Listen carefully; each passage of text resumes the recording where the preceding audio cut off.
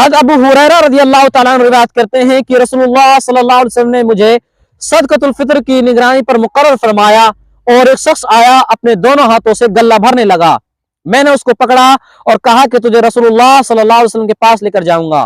اس شخص نے کہا کہ میں ضرورت مند ہوں، محتاج ہوں، میرے اہل و عیال کا مجھ پر بوجھ ہے، اس لیے مجھے چھوڑ دیجئے۔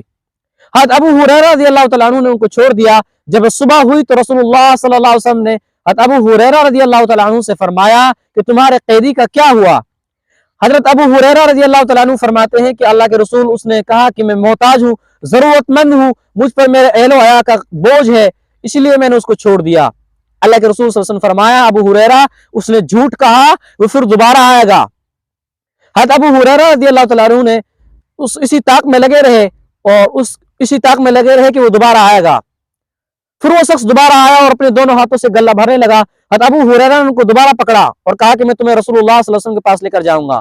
اس شخص نے کہا کہ میں ضرورت مند ہوں اور محتاج ہوں، میرے اہل عیال کا مجھ پر بوجھ ہے، اس لیے مجھے چھوڑ دیجئے۔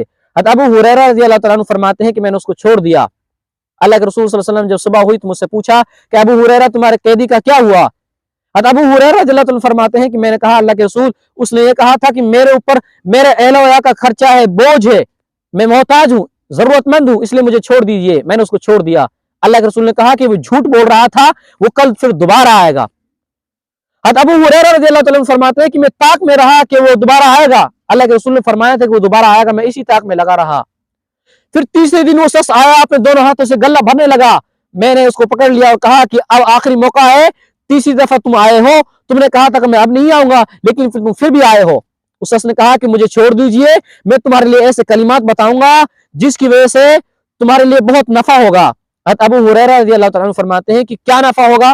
کہا کہ جب تم اس کلمے کو پڑھ لو گے، جب تم لیٹنے لگو اور اس کلمے کو پڑھ لو، اس کلمے کو پڑھ لو، تو تمہارے پاس اللہ تعالیٰ ایک حفاظت کرنے والا مقرر فرما دے گا۔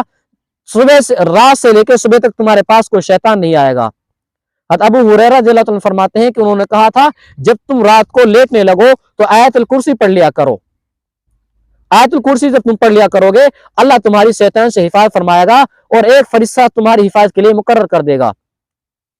رسول اللہ صلی اللہ علیہ وسلم فرمایا کہ ابو ہریرہ تمہارے قیدی کا کیا ہوا؟ حضرت ابو ہریرہ رضی اللہ عنہ فرماتے ہیں کہ اللہ کے رسول، وہ آیا تھا اور اس نے مجھے چند کلمات سکھائے تھے، اس کلمات کی بنا پر میں نے اس کو چھوڑ دیا۔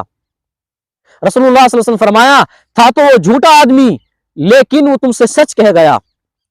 رسول اللہ صلی اللہ علیہ وسلم پوچھا ابو ہریرہ تمہیں پتا تھا کہ 3 راتوں سے تم سے کون باتیں کر رہا تھا؟